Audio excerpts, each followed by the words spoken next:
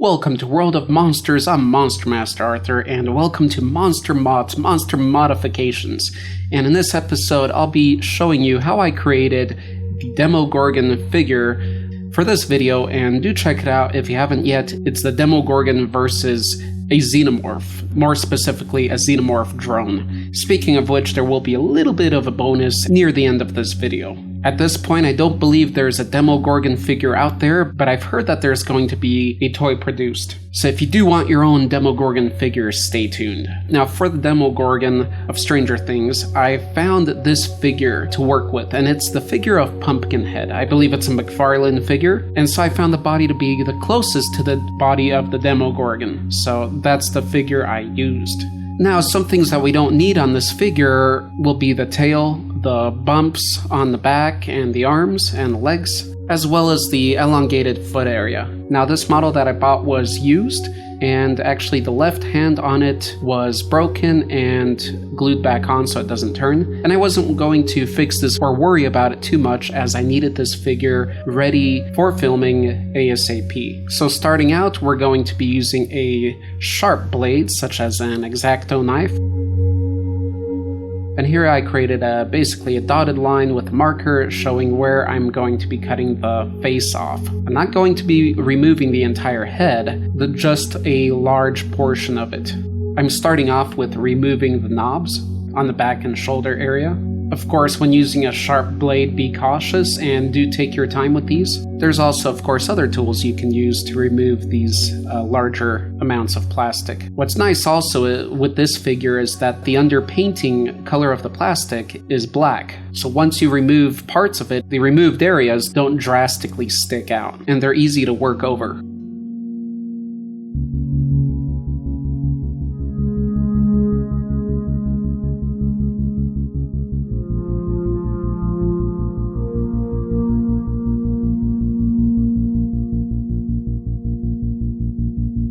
There's also these large protrusions over by the waist area connected to the leg as part of the leg piece.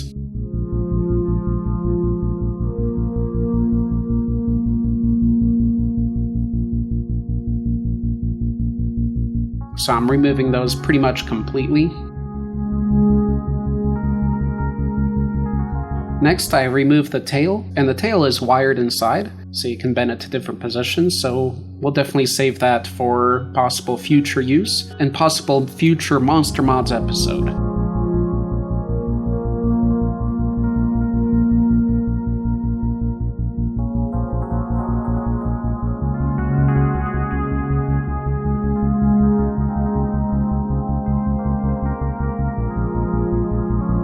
That's how it looks without the tail. Now we're going to trim that area out a bit, smoothen it out, starting to look closer and closer to that Demogorgon.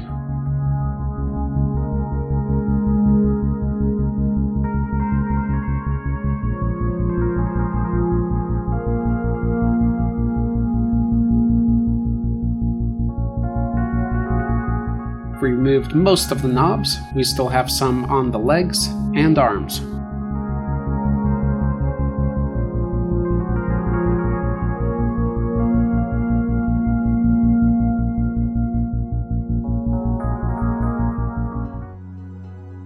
Now removing the ones on the leg joints. Another great thing about this model is it has digitigrade legs. It was really just almost a perfect find for this project. Even the paint scheme is not too far off, and as far as the texture goes, it's very similar, and the anatomy itself. The chest area is a little bit different, but this still beats a lot of time out from creating your own figure completely from scratch.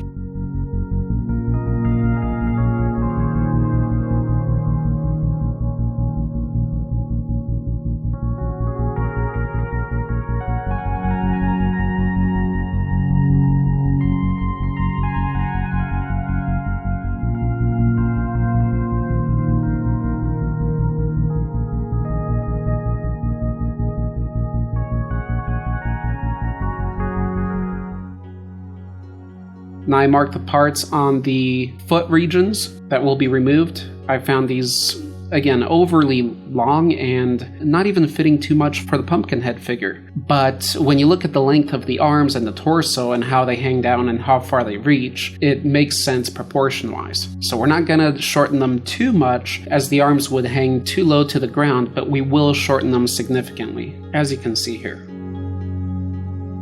Again, if using a blade like this, I recommend being patient with it, cutting around bit by bit, so it starts to loosen up all around and you can get a clean cut.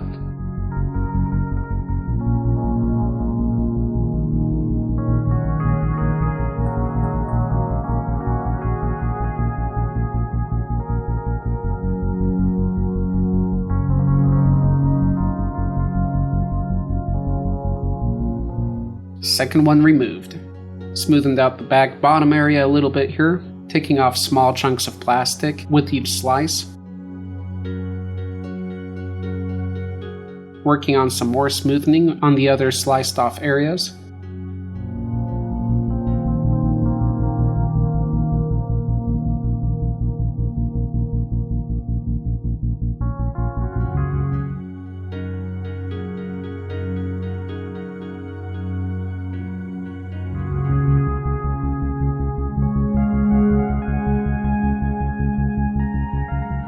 Now I'm taking a look at the feet and how much I want to shorten them, comparing them with each other, also positioning them with the figure to make sure that it remains balanced on the ground and as well as visually.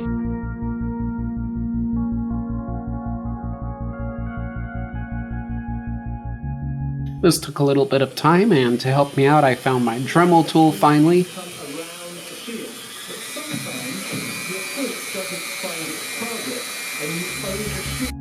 Good old Dremel tool. I haven't used it for years, since I was bone carving. And don't you ask what kind of bones, unless you can handle the truth. So I'm using the Dremel and the sander, or whatever that piece would be called, to sand and smoothen the edges of the leg, and I'll be using that for other parts as well.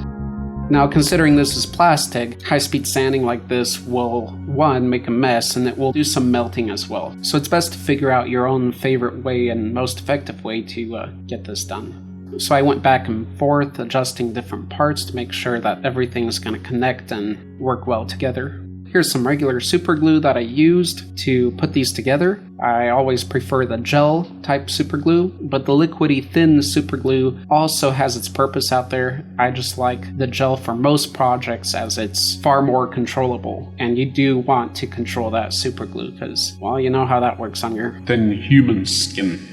So I have the parts together now, he's standing well, and I'm going to be using this bit now. And if you're not knowledgeable of all these tools and bits, this one's not very sharp at all at the edges, and so it's very safe and easy to use with plastic like this. I'm going to be removing the little toe extrusions on the sides of the foot there.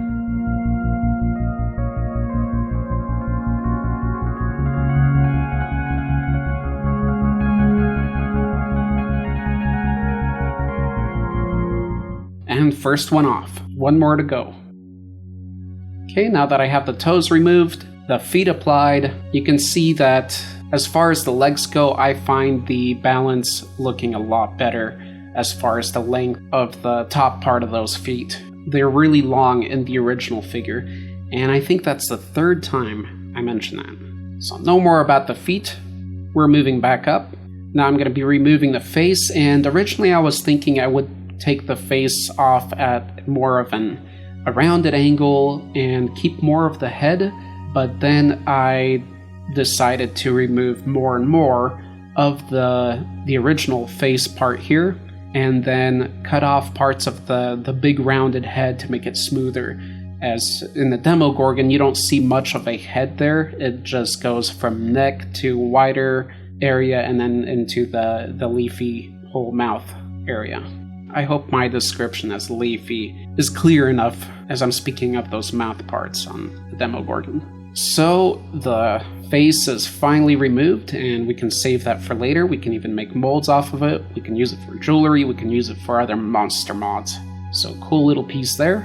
And there's our beautiful current Demogorgon. What was cool with this figure too is it's all hollow in there, so you don't really have to carve out much plastic from the interior. So that was really nice, but it also limits how much of the edge you can cut off before the layer's too thin. So I'm going to be using this tool and probably a lot of the blade to smoothen off the large rounded area of the head. Again, a tedious process. Be patient with it and be careful not to harm yourself or again to cut off too much from this layer of plastic. Removing is much easier than adding at this point.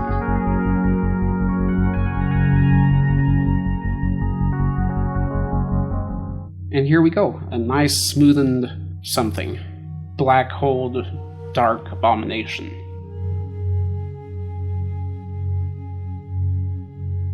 Now I'm using one of the other smaller bits to, again, smoothen out some details here, so it doesn't all look chipped off and wood carved. I also use that tool on the leg areas and the other areas of the figure to smoothen out the slices that were made by the X-Acto knife and other bit. And I'm also using the tool to blend the joints and bones here sort of into one another so it looks like it's a continued ligament or bone, just as they were before, but once you slice that piece out of them. And that piece was about 9 millimeters, a little less than a centimeter, maybe 8 millimeters long, that I removed from the feet. And so I basically sculpt some grooves and things to make the tendons look like they're continuing as they should be.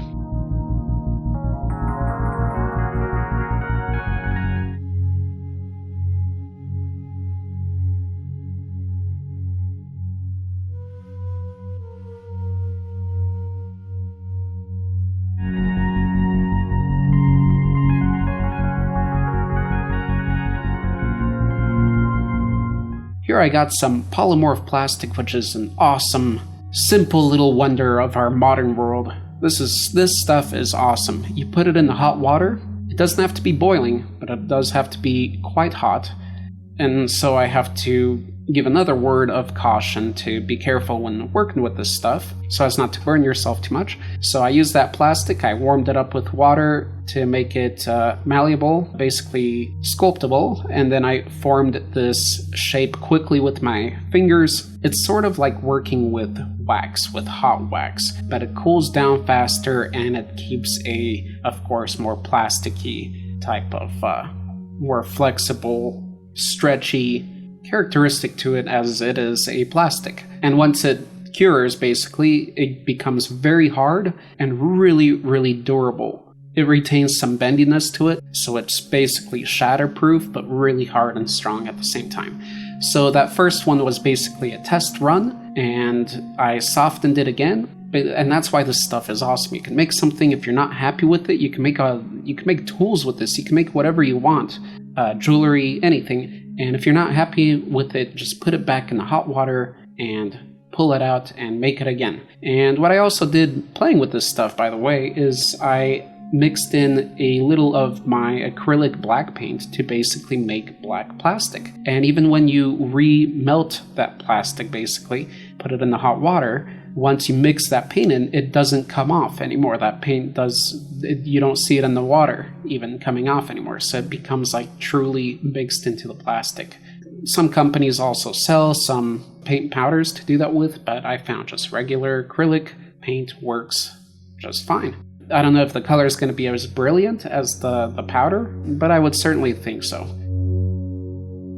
After I have this form ready, now I start working on the petal mouth parts of the Demogorgon. And for that, I'm using this 2-part mix for a flexible, rubbery-like material, because I wanted them to be kind of bendable, and actually I wanted them to be controllable and adjustable, so you'll see me putting wire in them as well. But actually you can make the petals, if you don't want to move them around and have them soft, you can make them out of the other plastic material as well. This is another material I really love too. This putty that you put together remains flexible, but so durable. You can squeeze it, you can play with it for hours, as I was with the test piece I had, and it retains its form. It'll even keep the fingerprints. This is basically also often used and probably mainly used for making molds, but it's awesome stuff, remains flexible, and just powerful stuff. And I recommend it more for projects like this than, say, the bendable Sculpey clay, as that one you have to bake. This one you don't have to bake, but you have to work with it very quick, because once the chemical is cured and mixed up, you can't do anything basically. And you gotta make sure you get your fingerprints off quick enough as well. So you gotta, once you mix these together, you gotta work fast. I used this wire to place inside the petals. So this is the first piece I made, mixing the white and blue in equal parts. So here I'm placing some of this easily bendable wire into the putty because I wanted the petals to be somewhat functional and positionable, so you can open the mouth and close it and whatever. But with this structuring of the wire inside, it's not that effective anyway, and I also didn't really have any plans to mess with the mouth. So I recommend you skip this step unless you do want the mouth to be functional, during which there's probably a better method to install the wire, because keep in mind the wire is going to twist inside into the new position that you made it. So to do it properly, there's other methods such as placing two wires within, or attaching something like a sturdy sheet to the wire to keep its form within the putty. Here I have all the amounts for the different petals ready. I believe there's 5 petals on the original Demogorgon, so I had that all ready to be created here. And plus, it's easier to measure out and make sure that each petal is the same size by measuring these amounts first.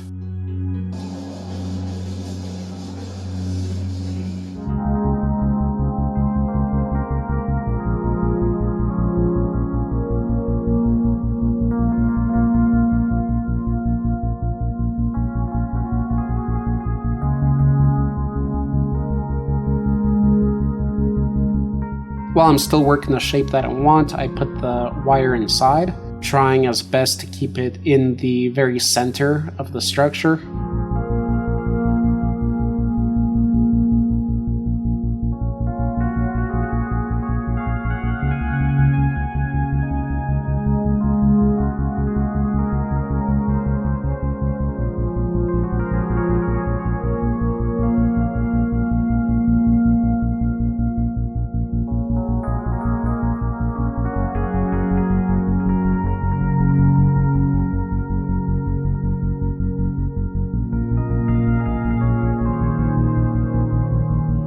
And there you go, I have most of my petals ready. I just have the 5th and the smallest one to go. That's basically the one that's a different size. The other ones can remain pretty much the same sizes. Again, it's a creature, it's a natural form, so nothing has to be perfect, but it has to be, of course, balanced.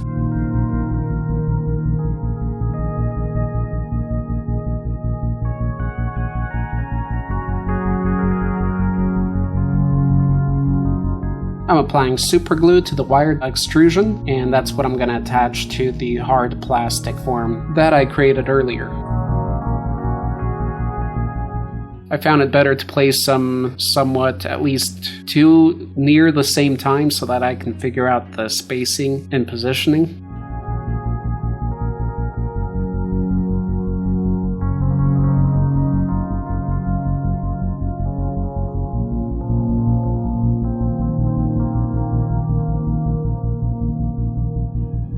Once I got my 4 large petals down, I placed the 5th, smallest one at the top.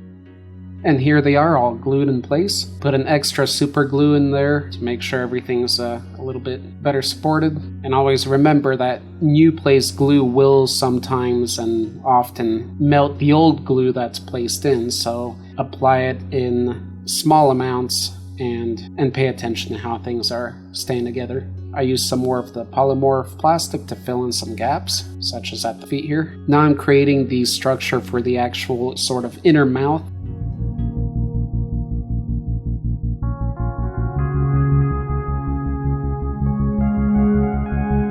I used the back of the X-Acto knife to better the form and push it in, tighten everything up.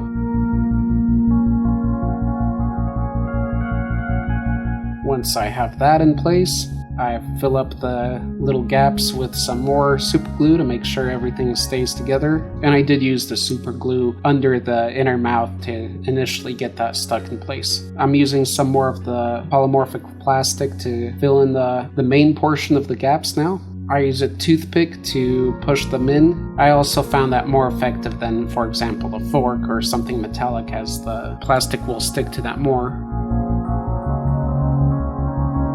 Once that's all pushed in and the form looks decent on the outside, I have to put more super glue in and around the edges of all the different plastics, and as well as the putty touching each other. Basically, once the new pliable plastic is applied and pressed in, it's usually not hot enough to stick to the plastic that's already down there. The temperature would have to be high on both of them to sort of mix in and adhere, so that's why I have to apply a lot of glue to that whole little structure. I also wanted to get the parts a little bit more smoothened, so here I pour in some hot water and remelt some of those edges and sort of sculpt them. There we go, looking better.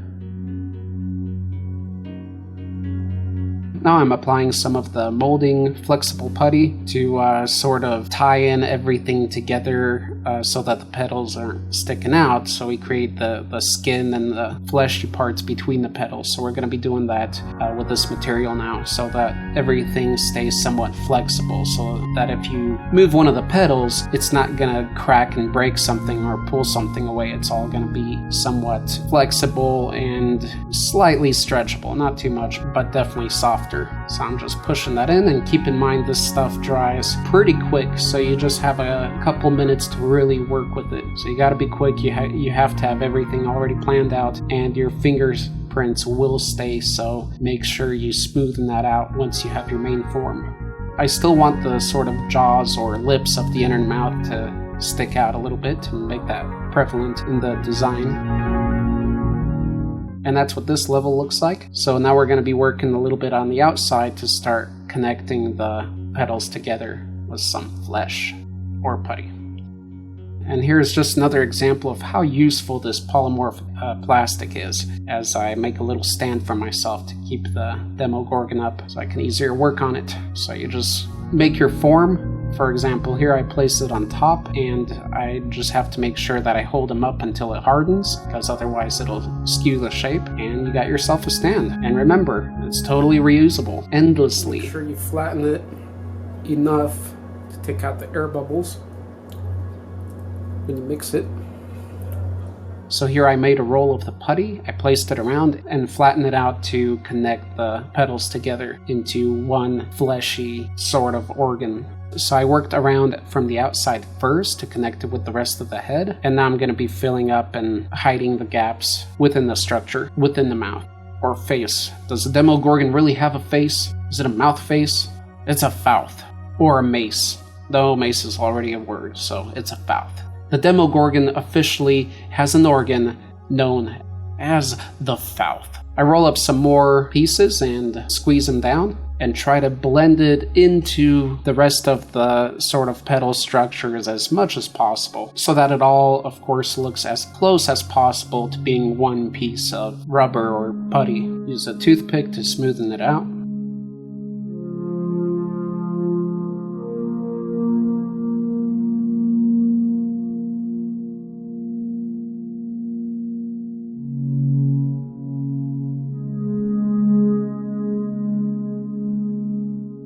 Alright, and it's starting to really take form now. It's looking good. It's sturdy. It's all sticking together. It's actually handleable, or should I say handleable. Now that all that is secure, I'm making the thin, fleshy parts between the petals, similar to how you'd see the structures of webbed feet and frogs and other land-water habitat animals, bi-terrain animals. It's sort of funny how when you're writing something, or if you're thinking your vocabulary is great, but once that recorder's on, suddenly all those big words are just non-existent. Okay, just working more of the structure here, and there we go. All the sort of thin webbed flesh is in place. I'm going to be using liquid latex, and I'm going to be mixing that with paint to paint over the whole flexible material area, as regular acrylic paint would just crack. I have my miniature paints here, high quality acrylic paint. Regular acrylic paints will work just fine for a large model like this. I mix them up about, I think it's maybe 50-50, no, probably more of the liquid latex, depending on how strong you want the pigment to be. So I mix that up. And there I go painting it over, and it's covering pretty decently considering how strong the color of the putty is. For the rest of the model, you don't really have to mix up the liquid latex. It's nice because the latex gives it a certain look and a certain feel, but for the rest of the model you can just use regular acrylic paint. Just make sure it sticks on. The nice thing with mixing the paint with the latex is that it actually sticks on as well. Whereas normally if you're painting something, you need to apply a primer, or as on canvas as a gesso. Basically, normally if I'm painting a miniature or the model, I would spray it down with a primer kind of paint which will adhere to most surfaces, and then paint with the colors that you want. But using the latex, you can just apply it and you can see it already sticks. It's a little bit translucent because it has latex mixed into it, and of course the blue is strong, so you need to cover a few layers, but at least it's sticking on. So it's an interesting experience working with latex.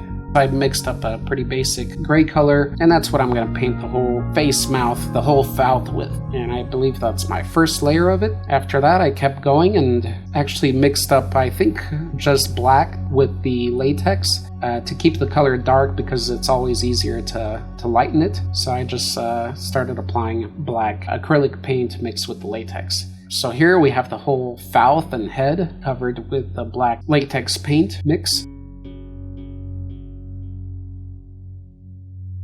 And then I mixed up some of the liquid latex with red and started covering the inside of the mouth. Yes, mouth is an official word now, thanks to the Demogorgon. Here I mixed up some gray with latex, and I start covering the outside of the mouth. I leave the inner mouth, of course, black inside, as that's going to be the darkest sort of area.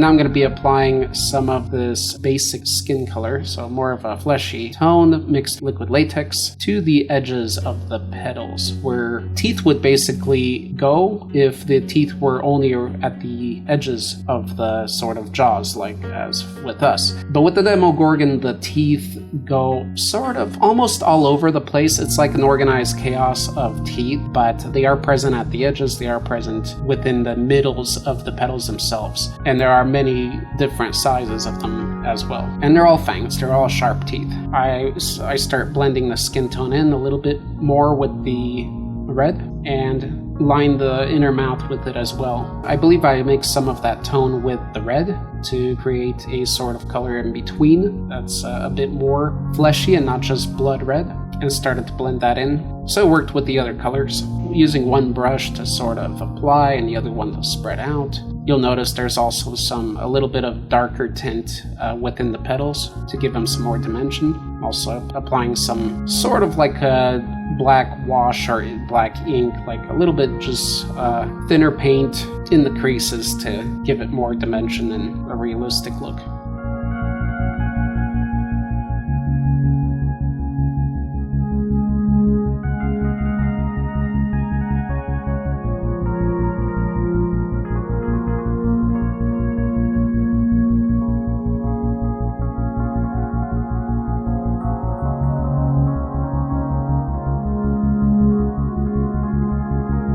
Here I mixed up some darker gray acrylic paint together and applied it to the model. Now, considering that the underpaint, the original paint of the model, was not that bad and far off, I didn't care for some of it to show. I actually wanted some of it to show to give it some more dimension and variety to the appearance of the skin. So even though it's not completely covered, I already started to cover the model with a lighter gray in the areas that are more fleshy and protrude more, trying to avoid the serious crevices that should be darker. Basically being pretty lenient at this point with the paint. And here's the finished step so far. And now one of the funnest parts for a figure or miniature painter, the dry brush. So of course, dry brush, we get a lighter colored paint, and we don't mix in much water in with it, and we sort of just scrub and run the brush above all the edges that you want to brighten. Again, I enjoy a good amount of contrast on figures and for details to show.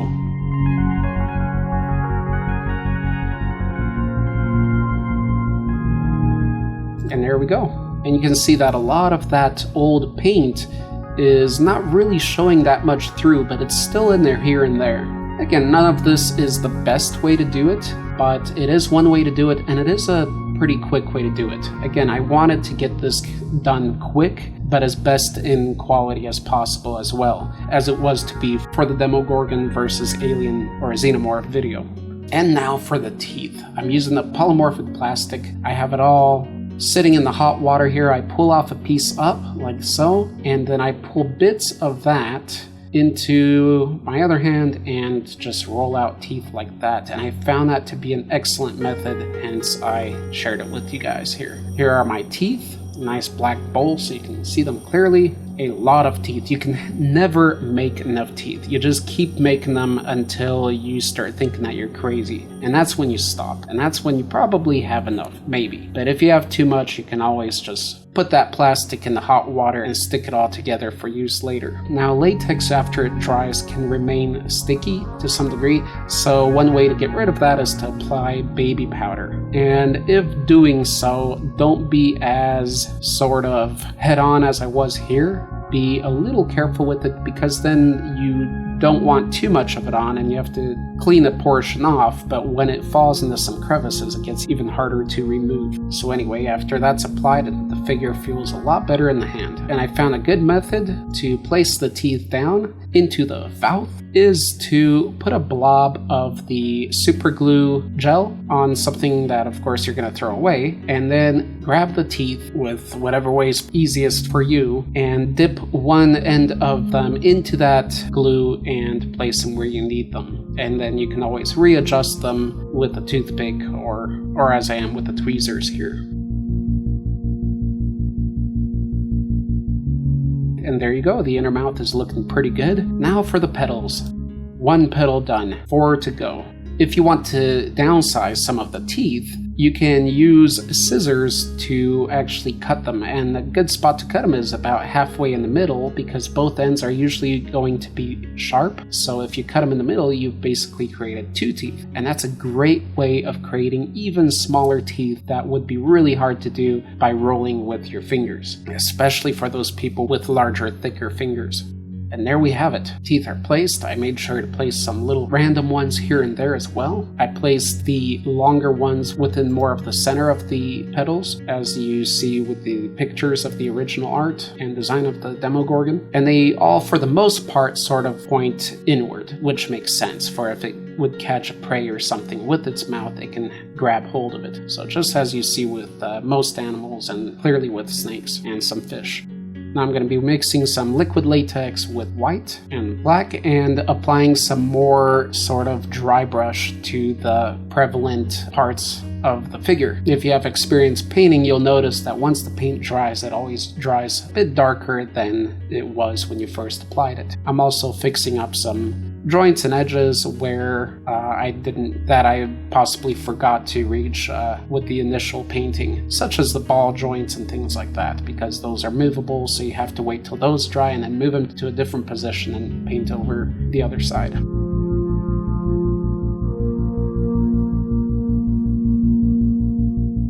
That's it, making sure to make the ribs pop and all those knobs and skin wrinkles stick out more. The nails were already painted, but I wanted to repaint everything at a better quality, as this was all factory painted. So of course you can do a better job at home if you've got at least some decent skill in painting. So I mixed up some white and this kind of tannish color, create a pale sort of yellowy tone. And then I believe I just used white to dry brush the edges of the nails to brighten them out and give them more range in color.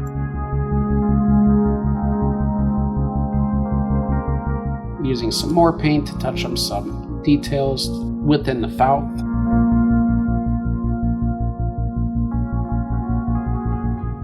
And I'm also applying some super glue with a toothpick to some of the teeth that seem looser, and I think to most of the teeth just in general, to enhance their strength and make sure they don't fall off even after you touch them. I also finished painting the toenails, and that's pretty much it. There's your finished Demogorgon. I also applied some watered down black paint onto the fangs so that they don't all just look bright and white. So there's a little bit more realism to that whole look, and they don't look like plastic perfect teeth, because as far as I know, there is no dentist that will work within a mouth.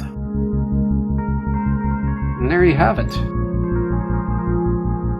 And now, if you're still watching, here's a little bonus part for you guys. This is the opponent that's featured in that video, the Demogorgon versus Xenomorph video. And here I'm not going to do much on this Xenomorph other than give it a little bit better of a paint job. And one piece of advice: do not buy Chinese toys, Chinese models. For one, to not give support to such things, and two, it's not going to be like the original. So if you go on eBay and such websites, you will find that if you search different Predator or Xenomorph videos of various movie monster toys, you will find some with the same title, but it may say it's a Chinese edition if they're honest enough. Make sure you check that first. The price will be much, much cheaper. So if you're picky with the models, get the originals. If you don't really care and just want something on the shelf, or you want to modify it, go ahead and get the Chinese version. Chinese versions are great for modifications because you save some money, but you still get the basic thing you're looking for. Just the joints won't work as well together, and little details like that. And I know this might hurt some of you, but I had to get this guy out of a package. He was a Chinese version anyway.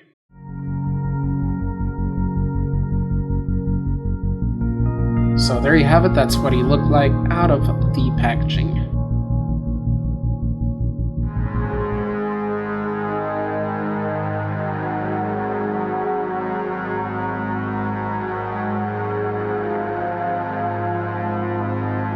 Now I'm going to apply some black and citadel Xandri dust. I'm going to mix those up and apply those in most of the more fleshy and protruded areas.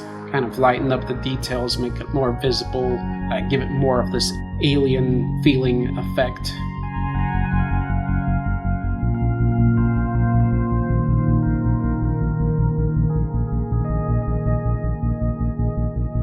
And here it's all covered up. It's a bit bright at this point, so we'll take care of that now. We applied some wash, which is a thinned down paint that you use to apply to figures that will get in the creases easier for you. So it darkened the dark areas for us naturally, and after all that's done, we're also gonna repaint the teeth, make sure they're metallic. Then we use some lighter whites mixed with Xandri dust and black, and I created this sort of smoky color, as that looks great on the Xenomorph, and that's how they paint the newer models as well. You'll notice if you look at the latest figures, and I dry brushed a lot of that on there. It looks great.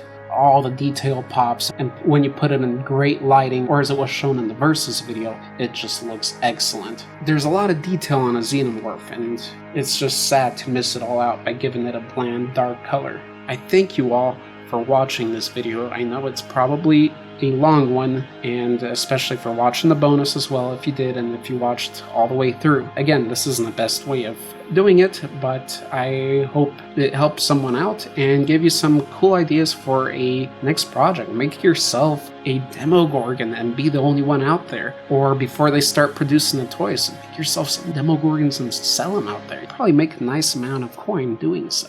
But anyway, it's all about creating monsters. Give me some feedback on what you thought of this, what you thought of the final product, and if you make something like this or you make your own Demogorgon, please share it with me, share it at Facebook, make a video about it, let me know in the comments. I would love to see it. So I hope this was helpful, inspiring, fun, entertaining, interesting, or anything like that to watch, and if it was, leave a like for the efforts, all that stuff. And I thank you guys a bunch for the support that you've given just by watching this video, and to many of you that have provided it by subscribing. So until next time, this has been Monstrous Mods. Here Only at World of Monsters.